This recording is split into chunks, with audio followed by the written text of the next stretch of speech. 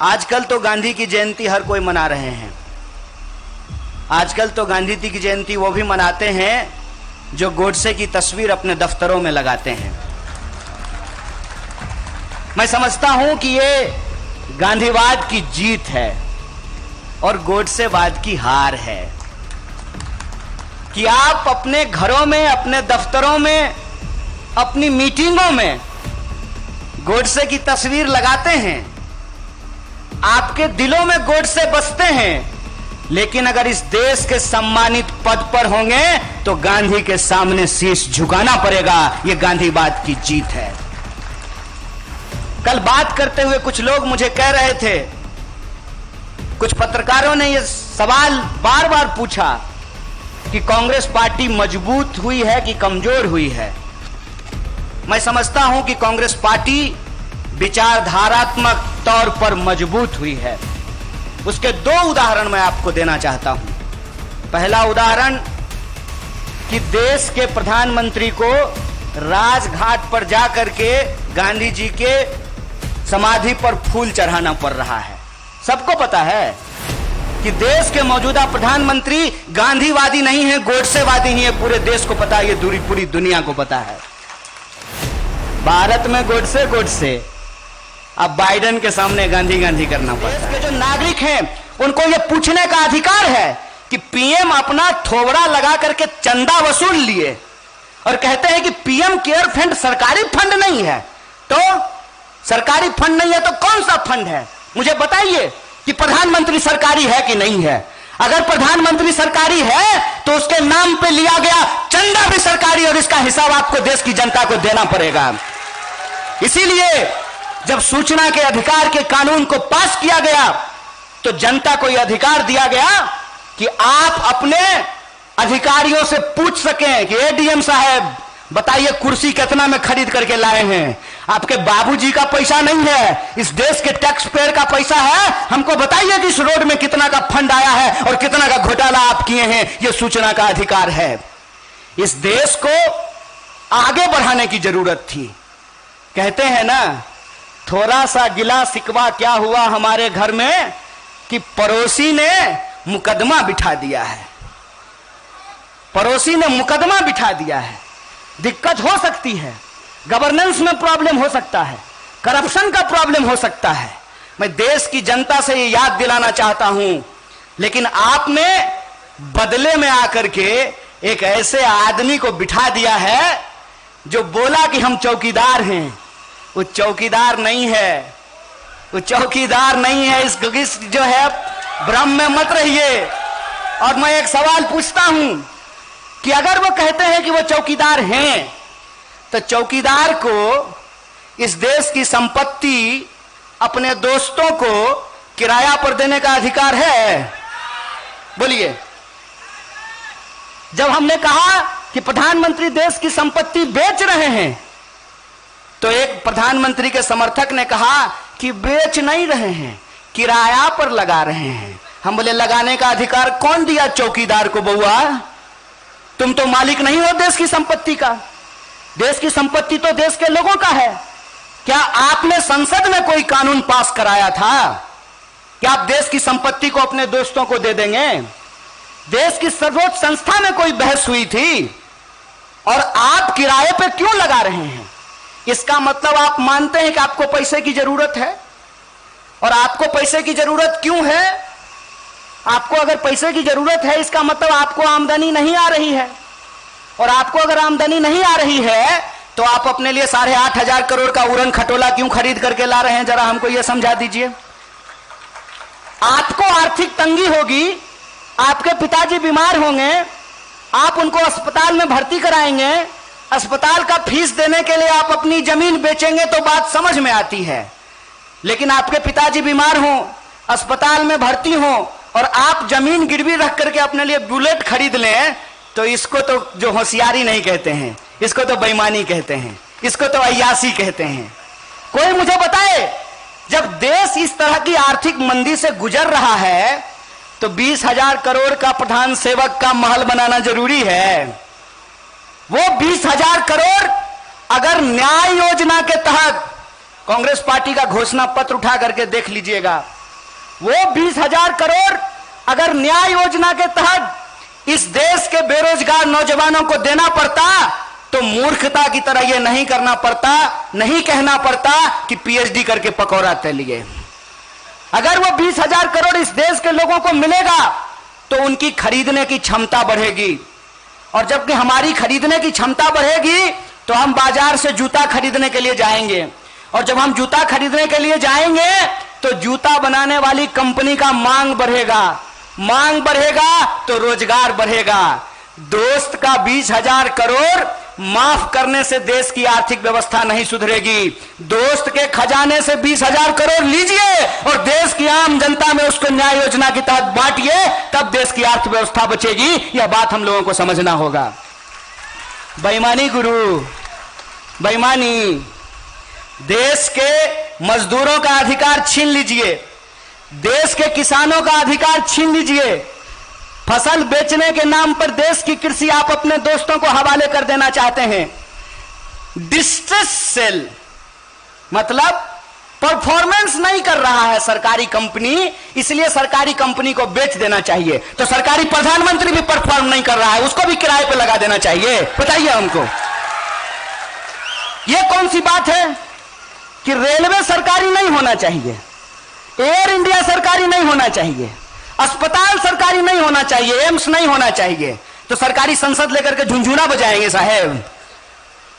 जब सरकारी अस्पताल नहीं होगा, सरकारी स्कूल नहीं होगा, सरकारी रेलवे नहीं होगी, सरकारी एयर इंडिया नहीं होगा, सरकारी बीएसएनएल नहीं होगा, सरकारी एलआईसी नहीं होगी, तो सरकारी गृह मंत्री लेकर के चाटेंगे उसको। क्या करेंगे हमको बता दीजिए जरा। यह कौन सी नीति है? यह देश को बेचने की नीति है। इसीलिए हमारे नेता श्री राहुल गांधी जी कहते हैं कि हम दो हमारे दो, दो बेच रहा है, दो खरीद रहा है।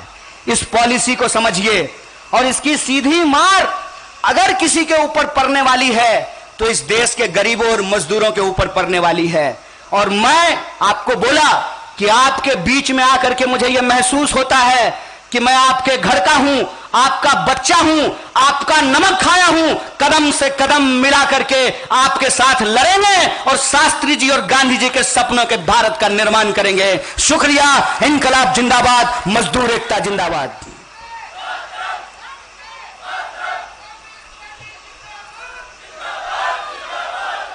साथियों, मेरी आवाज जहां तक पहुंच रही है, आप तमाम आदरणीय बुजुर्गों का, माताओं बहनों का, किसान मजदूर भाइयों का, एआईसीसी दफ्तर में काम करने वाले आप तमाम कांग्रेस के कार्यकर्ताओं का, सुरक्षा में लगे हुए हमारे सुरक्षा बंधुओं का, कैंटीन में काम करने वाले मजदूर भाइयों का, इस परिसर को साफ सुथरा और स्वच्छ बनाकर रखने वाले हमारे जो सफाई कर्मी हैं उन साथियों का, और मंच पे उपस्थित ऑल इंडिया और संगठित कामगार कांग्रेस के जो पदाधिकारीगण हैं, नेतागण हैं, उन तमाम नेताओं का, और देश के अलग अलग कोनों से आए हुए हमारे सम्मानित मजदूर भाइयों और बहनों को मैं बापू की जयंती पर, गांधी जयंती पर उनको नमन करता हूं, उनका हार्दिक अभिनंदन करता हूं, उनका स्वागत करता हूं। और इस कार्यक्रम के आयोजक, तमाम आयोजक मंडल के साथियों को धन्यवाद अर्पित करता हूं कि कांग्रेस पार्टी में शामिल होने के बाद ये मेरा सबसे पहला कार्यक्रम है, और मैं बयां नहीं कर सकता हूं कि मुझे कितनी खुशी हो रही है। एक पत्रकार कल पूछ रहे थे कि आप पार्टी में सिंक इन हो गए हैं। अगर कार्यक्रम इस तरह का हो, जो कार्यक्रम मजदूरों का हो, अगर कार्यक्रम नौजवानों का हो, अगर कार्यक्रम किसानों का हो, अगर कार्यक्रम छात्रों और महिलाओं का हो, मैं समझता हूं कि ये हमारा कार्यक्रम है, ये हमारी पृष्ठभूमि है, ये हमारा इतिहास है, ये हमारा वर्तमान है। मैं आप तमाम लोगों से गांधी जी की जयंती के मौके पर गांधी जी के प्रति अपना श्रद्धा सुमन अर्पित करता हूं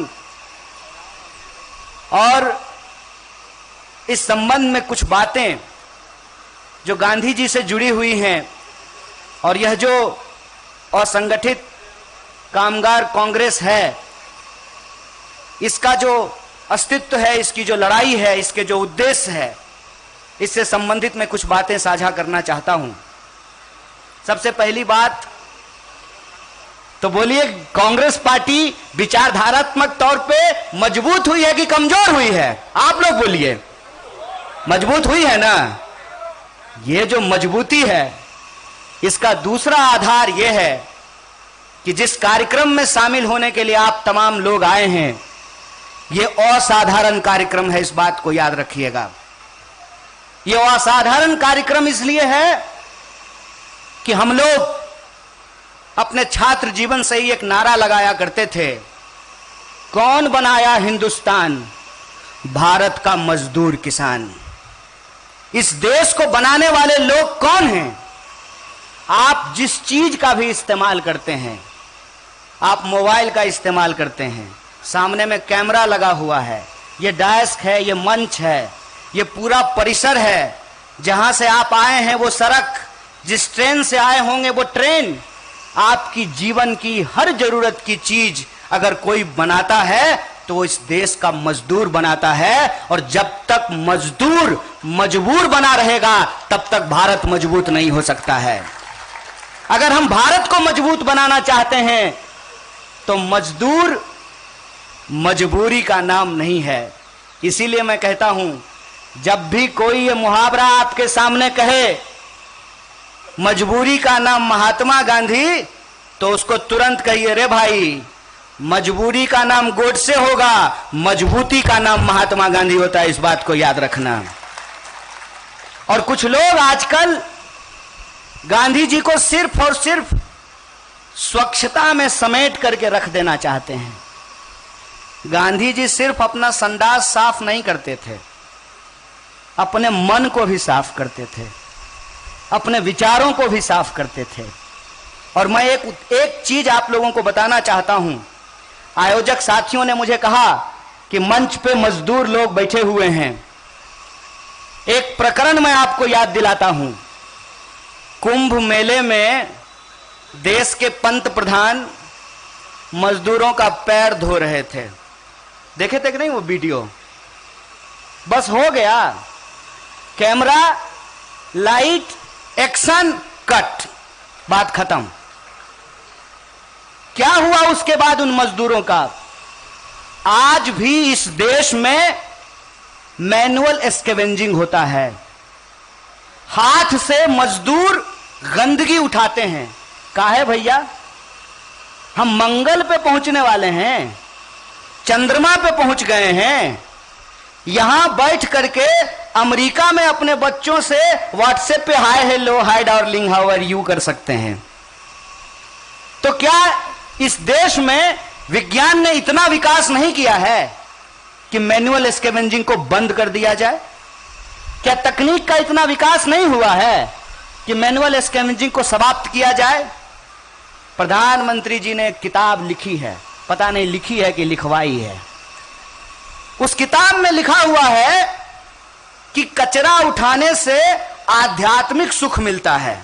मोदी जी बगल में ही घर है, आइए कल हम लोग गटर में उतरेंगे, आध्यात्मिक सुख लेंगे थोड़ा सा। आप ये क्या कहना चाहते हैं? आप ये कहना चाहते हैं कि मजदूरों को सम्मान से अपना जिंदगी जीने का अधिकार नहीं है, इसीलिए आप उसको जबरदस्ती ग्लोरीफाई कर रहे हैं। मजदूर इस देश के बुनियाद हैं, किसान इस देश के बुनियाद हैं, लेकिन खाली नारा लगाने से काम नहीं होगा। आज पंडित लाल बहादुर शास्त्री की जयंती है। लाल बहादुर शास्त्री जी ने एक नारा दिया था, जय जवान जय किसान। 9 महीने से किसान दिल्ली की सीमाओं पे बैठे हुए हैं। एक तरफ देश के किसान लड़ रहे हैं और देश के बेईमान फोटो खिंचवा रहे हैं अमेरिका में जाकर के। ये जो परिस्थिति है, इस परिस्थिति में हम लोगों को यह समझना पड़ेगा कि अगर हमारा दायित्व किसानों के प्रति है, अगर हमारा दायित्व मजदूरों के प्रति है, अगर हमारा दायित्व जवानों के प्रति है, तो हमको महात्मा गांधी के विचारों पर चलने की जरूरत है। हमको लाल बहादुर शास्त्री जी के विचारों पर चलने की जरूरत है, क्योंकि ये हमारी समझ है कि अगर मजदूर नहीं बचे, किसान नहीं बचे, देश के जवानों को रोजगार नहीं मिला, तो सुंदर भारत का निर्माण असंभव हो जाएगा, न्यायपूर्ण भारत का निर्माण असंभव हो जाएगा। और हमारे देश के संविधान की प्रस्तावना में जो बात लिखी हुई है कि हम भारत के लोग भारत को समाजवादी और धर्मनिरपेक्ष लोकतांत्रिक गणराज्य बनाना चाहते हैं। ये जो लोकतांत्रिक गणराज्य होगा, उसकी बुनियाद आप लोग होंगे।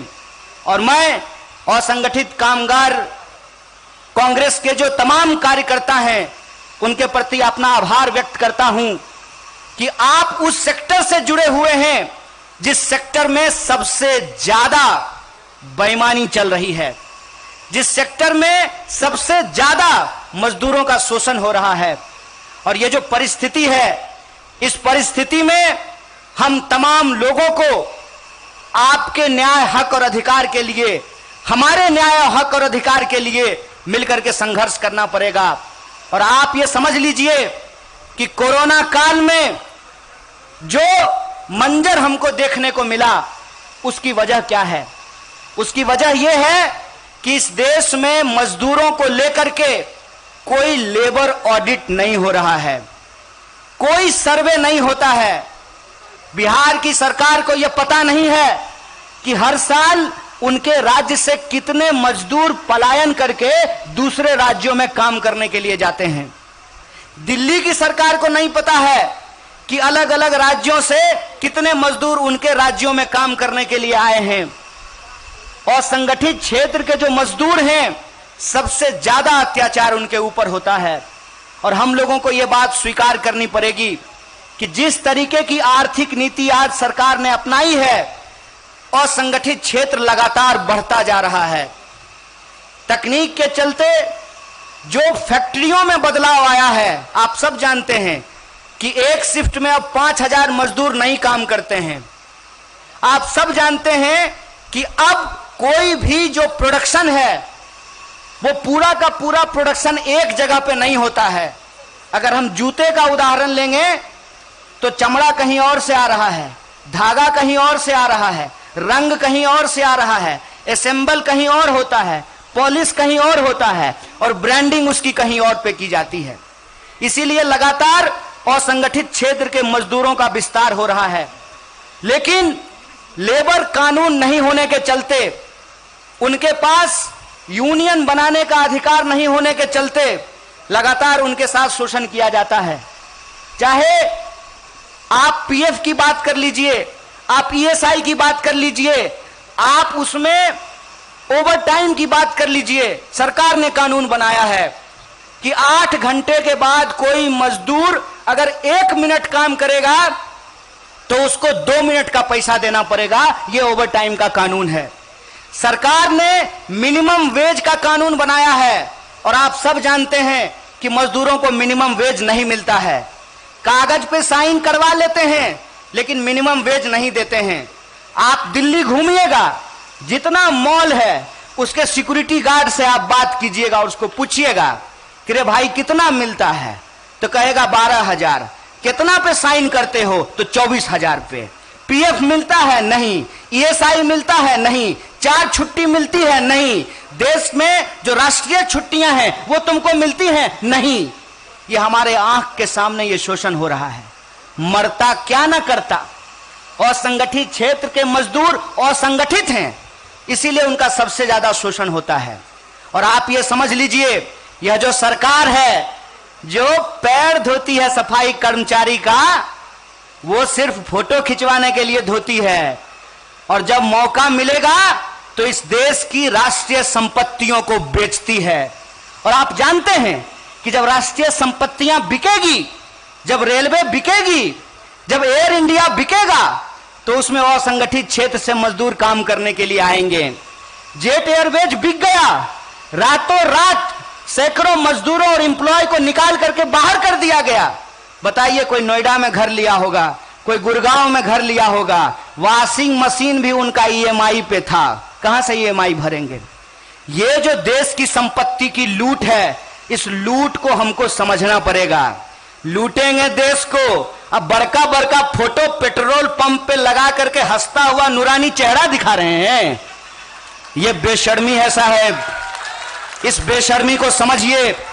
और इसीलिए मैं कह रहा हूं, पूरी जिम्मेदारी के साथ कह रहा हूं कि आप तमाम लोग जो हैं, उनको अपने हक और अधिकार के लिए, और जो कानून सरकार ने बनाए हैं, अक्सर लोग हमसे पूछता है कि क्या किया कांग्रेस पार्टी ने 70 साल में। 70 साल में कांग्रेस पार्टी ने लेबर को लेकर के कानून बनाए, मिनिमम वेज के कानून को पास किया गया, 8 घंटे के कानून को लागू किया गया, और यह कहा गया कि संगठित क्षेत्र को हम बचाएंगे। इस देश के जो बेरोजगार हैं, जो ग्रामीण बेरोजगारी है, उसको दूर करने के लिए हम मनरेगा लेकर के आएंगे।